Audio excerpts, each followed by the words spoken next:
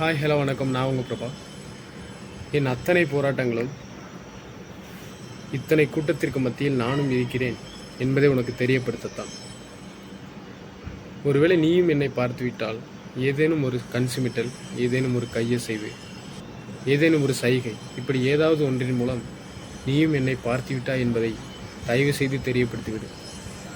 இல்லையேல் நீ என்னை பார்த்தாயா இல்லையா என்பதை சிந்தித்து கொண்டே எனது அடுத்த போராட்டத்தை அரங்கேற்ற நேரிடும்.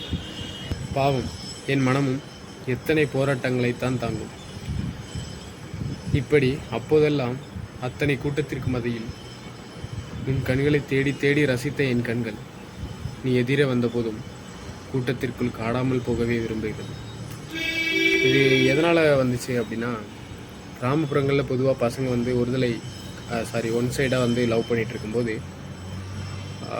அவனோட காதலியை பார்க்குறதுக்காகவே அந்த திருவிழாக்கு போகிறதுக்கான பழக்கம் இருக்கும். ஸோ அப்படி அத்தனை கூட்டத்திற்கு மத்தியில் ஒரு ஊரே கூடியிருக்கிற அந்த கூட்டத்திற்கு மத்தியில் நானும் இருக்கிறேன் அப்படின்னு அந்த பொண்ணுக்கு தெரியப்படுத்துறதுக்கு அந்த பையன் படுற பாடு இருக்கே, ஐயோ ஐயோ ஐயோ, அதை சொல்கிற விதமாக தான் அந்த கவிதை. இதை புரிஞ்சவங்க லைக் பண்ணுங்கள். தேங்க்யூ.